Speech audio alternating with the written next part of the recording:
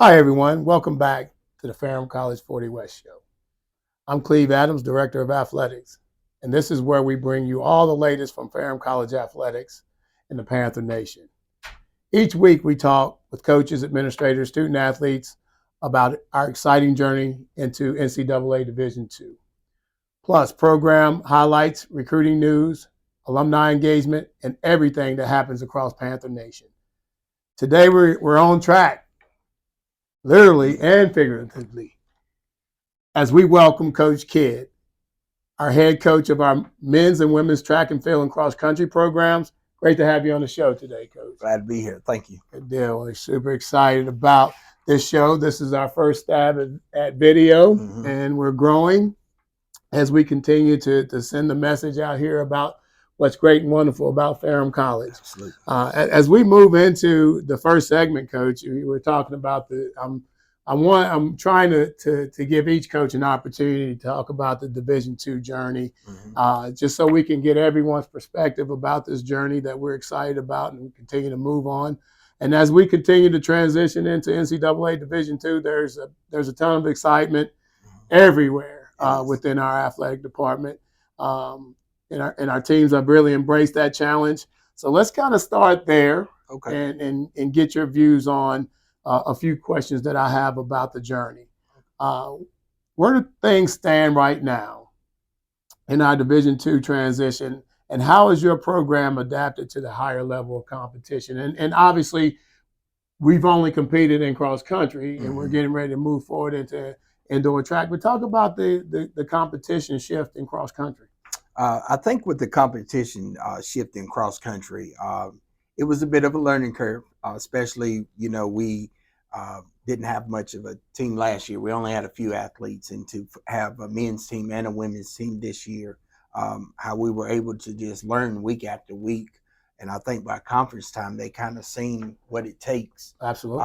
At the Division II level. Not that they had bad races or anything, but it was a learning experience for us all to know exactly what we're looking for and exactly what it's going to take to win those championships. So it sounds like you basically answered question 2 about the biggest challenge we had going from a limited roster the year prior when you first got here, building that roster up, and then understanding what it looks like in Conference Carolinas. My other question is, from a coaching standpoint, what are you most proud of when you and you can encompass your cross country season and then what you're seeing with your track athletes. What are you most proud of? I'm most proud of the work ethic. I think that even with the freshmen coming in, for them to be so young, they've actually stepped up to the plate, especially with our cross country team and a few of our athletes, how they were able to. The women finished top 10 in the conference. Nice. And so I think just the maturity level of some of these kids who have just came in and they have adapted. They're in the weight room. They're pushing hard. They're competing against each other at practice, and I just think it's a different feel this year. Absolutely, that's unbelievable and great. I've watched it from it, and obviously I look out and see you guys practicing first thing in the morning. On the field, ready to run. You see them running through Ferrum. We had to get on them about their headphones, right? Yeah. You need to be able to hear when you're out here on these country roads. Absolutely. Great insight, Coach. And speaking of growth, your cross-country teams have shown major progress this fall. We've talked about that, the increase in roster, really setting the tone for what's ahead for our track season coming up. That's one thing as the Director of Athletics that I'm really excited about and proud about is the way you guys went out and recruited and started to really build a robust roster, both in cross country and track. So our second segment, we want to talk about program progress a little bit more. You talked a little bit about the season with the improvements and how impressive that was, but what kind of progress did you see from the men's and women's cross country teams? Dig into that a little bit more. You touched on it a little bit more, but just help our listening audience understand this just from a grounds roots of it. When you look at the experience from last year to this year,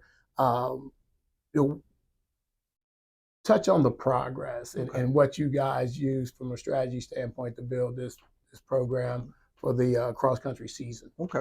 I think for us coming in, we knew that we in cross country it's about mileage, right? And so we had to come in and a lot of them we had to build their mileage week by week, Mm. and then also putting them in quality races Yeah. that they can see the other competition. You learn a lot visually, and so I think they were able to come in and understand our philosophy is to beat your time from the last race. Mm-hmm. Every race, you should be beating your time, and you should not try to go backwards. And we understand things happen, but I think they kind of stood on that ground that I'm going to try to PR, get a personal best for me every race. And so we were able to do that. And again, with our schedule, putting them in a position where they're going to get fast races. Mm-hmm. They're not going to. So we're going to put you with D2 competition, Division I competition. We're going to put you with a lot of competition where you're able to compete. Absolutely. And getting outside of our norm is what we had last year. And so just adapting to that and being able to see it, I think it changed their mindset of Division II and what we got to do. Good deal.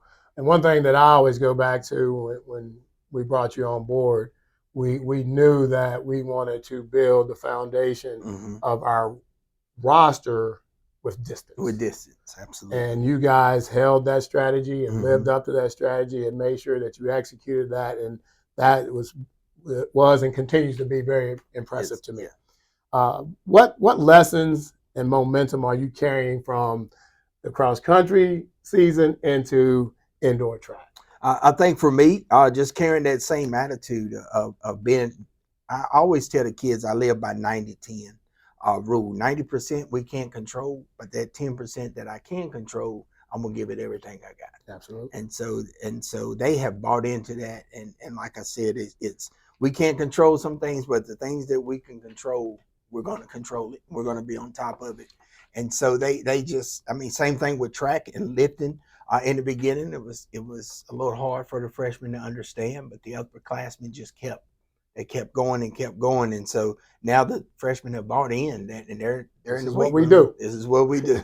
This is the norm. Yeah. And so they're maxing out this week, and it's just so much energy in there, and you're seeing these freshmen lift weights that they wasn't doing in the beginning of the season. Absolutely. So, and people a lot of times don't attribute weight training to speed or endurance and things of that nature. But I know that your program, you guys have bought into that part of the athletic department with Coach Witcher down in the big green room. Oh, yeah. And it's very impressive. You're always in there. And as a director, I can truly appreciate that. And I think after they saw we did a time trial. And I think after they saw I'm running better than I ran last year. Absolutely. In high school and stuff. And after they saw that, the intensity, they fully bought in then. Gotcha. So I think that was important for us to have that time trial so they could buy in. Well, that's a perfect transition into the next segment. It's clear that culture and work ethic are strong within our program, and that's a perfect lead in to how you're building that foundation day by day. And I just wanted to add what I look and what I see with your program and your staff in the cafeteria having lunch with the student athletes or dinner with the student athletes. Absolutely. Very impressive engagement and inclusion with your team, and just making sure that they understand that they matter just as much off the track or the trail or wherever they're competing to you guys as a coaching staff. So, as we go into building culture, you guys have been intentional about establishing that culture in that family. How do you define the culture of Ferrum track and field and cross country? We are a family. When I have them in on a visit, I tell parents that I'm going to be there for your child. You're leaving them in good hands, but we do try to have that family atmosphere. We try to encourage one another. I often tell them when nobody cheers us on, we're going to cheer ourselves on. That's right. And so we're going to be at, we're going to have a group around shot put. We're going to have a group around jumps. And anytime somebody's sprinting on the track, we're cheering them on. And so I think that we do lunch with coach every Friday. That has turned into about an everyday thing now, and so which I don't mind. And that is noticed, Coach, and appreciated from an administrative standpoint. It's just so cool to see you all in there with your student athletes. Yeah, absolutely. And walking by me on campus, they're going to stop. They're going to talk, and I just embrace that because I want them to feel like they got somebody they can relate with and talk to. And so that's just kind of our culture. We're going to be there for one another, and we're going to help push push through the hard times. We're going to help push through the good times. Well, I totally agree. And as we look a little deeper into it and dig a little deeper into the culture and how it carries over into recruiting and long-term success, uh, I'm going to keep emphasizing the transition within our roster since you arrived to now, the numbers that we've seen out there, and the type of recruitment. I know that all comes into play. So talk a little bit about how you take your culture. You touched on it a little bit, and you transition that portion of it into the recruiting and long-term success of your program. Okay. Just last year, knowing how small we were 24 athletes, and I really had to establish my base, my foundation. What's this program going to look like in the next couple of years? And so we were able to take that and just build that solid foundation that we're looking for. And then with the recruiting phase, we did we had those recruits conversate with the ones that were here about the program. Ask any question you want to. We're going to be honest. And so now I just think that, Cleive, even watching them on orientation, the moment they walked out of the gym, seeing them linked up with 2 or 3 guys. They already had that connection. already had the connection. So, and we established that over the summer, and just seeing that culture, man, it tugged at my heart. And we all had lunch together. And so that just kind of flew over, it just kind of. And for me, that means a lot when orientation days and coaches it's the summer months, and you make sure that you're there on campus to greet your families and your student athletes. Absolutely. That goes a long way because that's where retention starts. It is. You recruit them, you get them here, but the summer orientation, any opportunity to have a touch, you guys have always taken advantage of that opportunity. And I can truly, truly appreciate that. That is a philosophy of mine. And when I see it being executed by coaches on staff, it goes a long way. Culture and talent go hand in hand, Coach. We all know that. And it brings us to the most exciting stories about the track and field and cross country recruitment. But as we move into kind of your recruiting corner, your philosophy in recruiting, what that looks like, give us an idea of what we're looking at down the road. You mentioned that last year we had 24. You almost have that on the women's side this year. Yeah, we do. It's a testament of how you guys recruited last year. Help me understand, how has the transition to Division II changed your recruiting approach and your reach? What type of athletes and what your approach as a coach has been since the transition to Division II. I think for me, Coach Adams, it's just been about finding those athletes who are going to fit. One thing I tell them when they come in for recruiting is you got to want to be here. This is, as our president says, she don't want you to come to FAM, she wants you to graduate. That's right. FAM. And so that's my whole philosophy is I want you to come and I want you to be able to compete. I don't want to have to sit you. I want you to be able to compete for 4 years and have a good time doing it. And so, taking care of the classroom, and I tell them, I want you to graduate FAM. And I think for us, the biggest thing is, again, finding those athletes. I'm very big on Virginia because I've coached high school in Virginia, and I've seen a lot of athletes who were college caliber kids who never got recruited. Yeah. And that's the kids I'm going after. And so we're so blessed to have a lot of Virginia kids this year.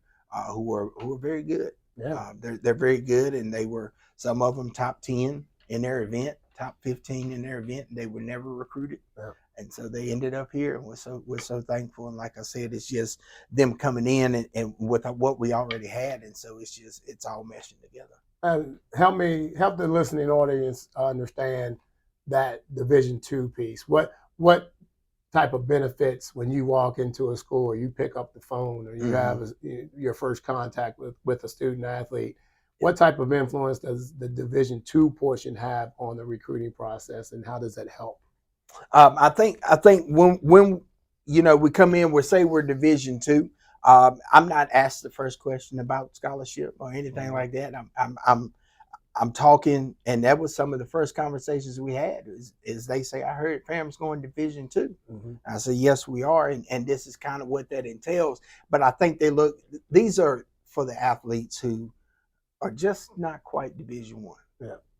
But they're a high caliber Division II. That's right. And I think being able to provide them with that opportunity for us, we're going to put you in the meet against those Division I athletes. We're going to put you in the meets where you can compete and you can be very successful. And so I think just having that opportunity, I hear the same thing every time they come in. This feels like home. There you go. This feels like where I belong. That's what you're after. And that's what I'm after. And it's like I said, you got to want to be here. You got to want to fit in, because we're going to push you to be the best version of yourself.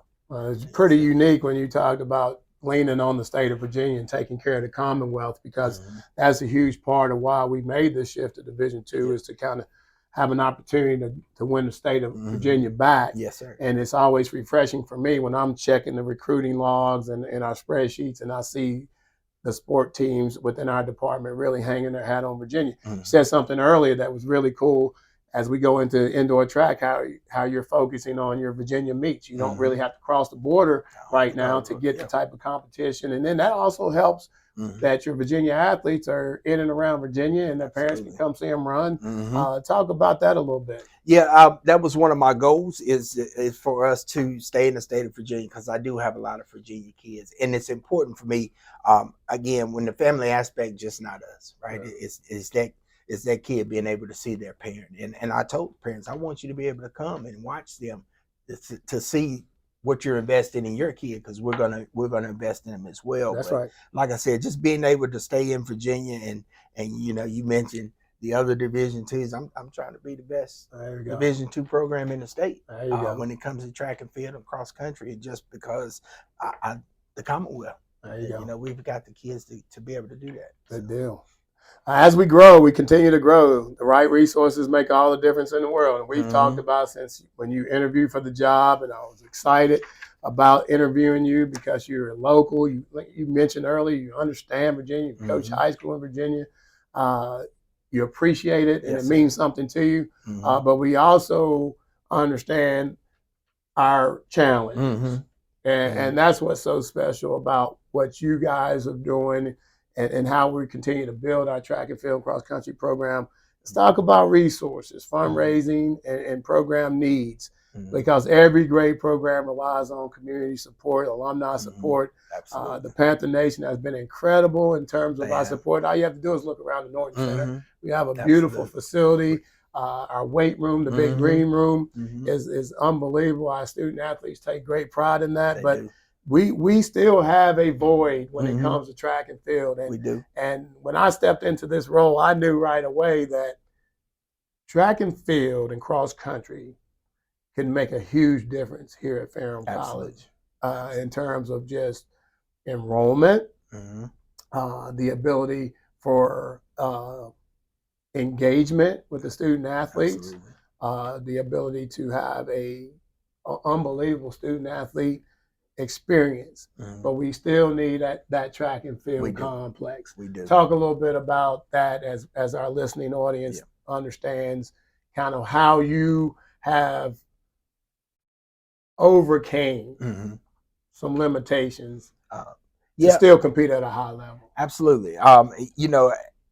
Obviously having that complex is where you want to be. But in the meantime, when you and I had the conversation with Franklin County High School, has helped us out tremendously. Loading up the other day, going up to get some reps on the track. Going up the other day, we're able to go up there right now two times a week.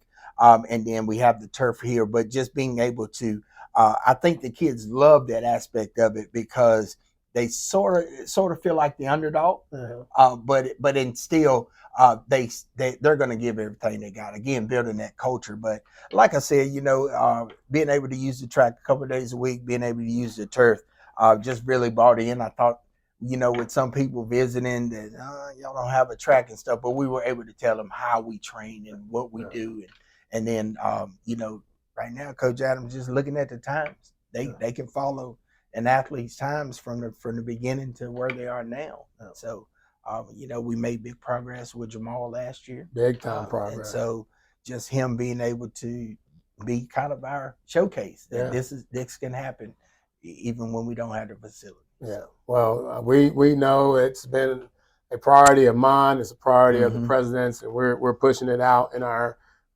campaign and a strategic plan moving forward, because Mhm. I know that not only it's going to provide you and your staff with a facility to be proud of and a home base, Mhm. but it's transformational for Yeah, Ferrum in absolutely. terms of the growth that Everything. can Yeah, happen in this program. absolutely. So we're going to continue to talk Mhm. about that. However, Yeah, one thing I loved about you when you walked in here, Coach, I'm going to find a way. yeah.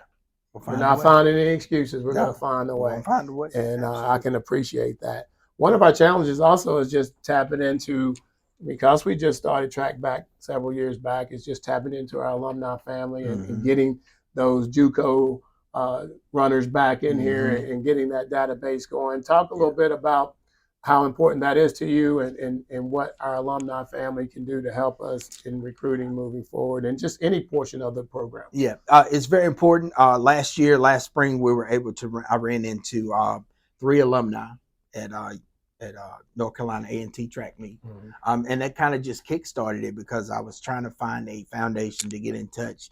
Then I reached out to our alumni relations, and she was able to provide me with a list. Mm-hmm. And so we're just kind of going through that list and reaching out and ran into somebody back in the fall who was so excited that Ferrum's cross country team was off the ground again. Mm-hmm. And so it's things like that. You know, you hear the conversations of what we had in the past, and I just want to get the alumni involved in that. Like we're moving in a different direction. You know, Cleive. Sometimes for me, it's about relationship. That's right. Having that relationship to let you know, hey, we're still here pushing. We're still involved. You know, I see football alumni come back, baseball alumni come back, and my dream is to have a cross country meet where all those alumni can come back and And we we're can going to make it celebrate them. happen. We're We're going to gonna make it claim it. happen. We're going to claim it. We're That's going to right. make that happen. Absolutely. Deal. Before we wrap up, Coach, let's talk about what's ahead Mhm. because indoor track season is right around the corner. Right I can't around the believe corner. it. Obviously, I mean, we just on the back end of the That's fall right. season, Uh-huh. and we're getting ready to go into the winter phase. Mm-hmm. Indoor season is always an exciting It time. is. It's Yes, sir. super competitive. Mm-hmm. I experienced it going over. I mean, just looking at the camaraderie Mm-hmm. in the track world Absolutely. is Absolutely. incredible. Yep. It's fast paced. It's Mm-hmm. competitive. Mm-hmm. It's just unbelievable Yeah. athletes all around. All around. And one thing that always struck me is the track community. It's competitive, but they really pick each other They up. do. Absolutely. It's like Yeah. the coolest thing in the Mm-hmm. world. I mean, I'm gonna beat you when I run, Yeah. but Right. but if I'm not going against you, or you have a final jump or a Mm-hmm. final throw, They're gonna cheer everybody you just on. stops and claps, and Yep. it's the coolest thing in the world. It So, is. you know, what are your goals and expectations for indoor this year? I think for us, goal and expectations, we kind of had a couple of mishaps last year with injuries and things like that. But I think our ultimate goal is what I've been telling them: the top 8 scores. And so we're looking to get top 8 finishes in each of our events, both male and female side. And just again, it's back to being the best version of yourself. There I you think go. we're highly competitive in both the men's and women's side, Mm-hmm. and so like I said, just getting them there. We treat it one meet at a time. Team looks different right It now. does. It looks a lot different. You know. And so we've got we've got some studs, and I really think that if Lord willing and the creek don't rise, as they say, we're gonna be good. Be fun to watch, that's for sure. Watch, yeah. Who are some of the athletes that we should keep an eye on? And I know it's tough for a Yeah. coach because you're gonna leave somebody out. Right? No, Let our audience know kind of who to look out for. Of course, we got Jamal Jones, 2-time All-American coming back. Big time. He put on 20 pounds of muscle over the summer, and so I think he's faster than what he was last year. So we're looking high expectations out of him. We have Jordan Smith, who was here last year, got injured at the end of last season, but think he's going to really thrive for us. And then on the women's side, we got Zanala Hatcher Simmons. She's a flag girl, but she is just squatted 365 in the weight room. So we're looking for her to. Right now, she won California in the shot and disc. So we're looking for her. Great things. Camille Bond is another one. Just off top, but I've got several kids who've made the national meet in high Brooklyn's school. on the Yep, soccer field Brooklyn's on right the now, soccer and I field. know she can run Oh because I yeah, watch her doing yeah, soccer games, and she absolutely, can roll. absolutely. We're excited to get her. I mean, it's I could go on and on and Yeah. on. We've got a top 10 hurler in the state of Virginia. He's out here with KG. We've got Tristan, who was a top 10 100 sprinter in Virginia. So that's like I said, man, we were so blessed to get this talent, and so the main thing is keeping them healthy and letting them roll. And so, but I'll say to anybody watching, if you've never been to a track meet, you should come watch. Yeah, the indoor track meets are super duper fun. Yeah, they are so fun. No question about it. I really enjoy them, and we're going to be close by Oh around yeah, here. we're going to be close at by Roanoke. We're going to be at Lynchburg, VMI. Yeah. So we're just Liberty, gonna maybe. stay, Liberty, and stay local. Yeah, so absolutely. Well, it sounds like big things are ahead for Ferrum yeah. indoor track and field, Absolutely. and can't wait for it to unfold.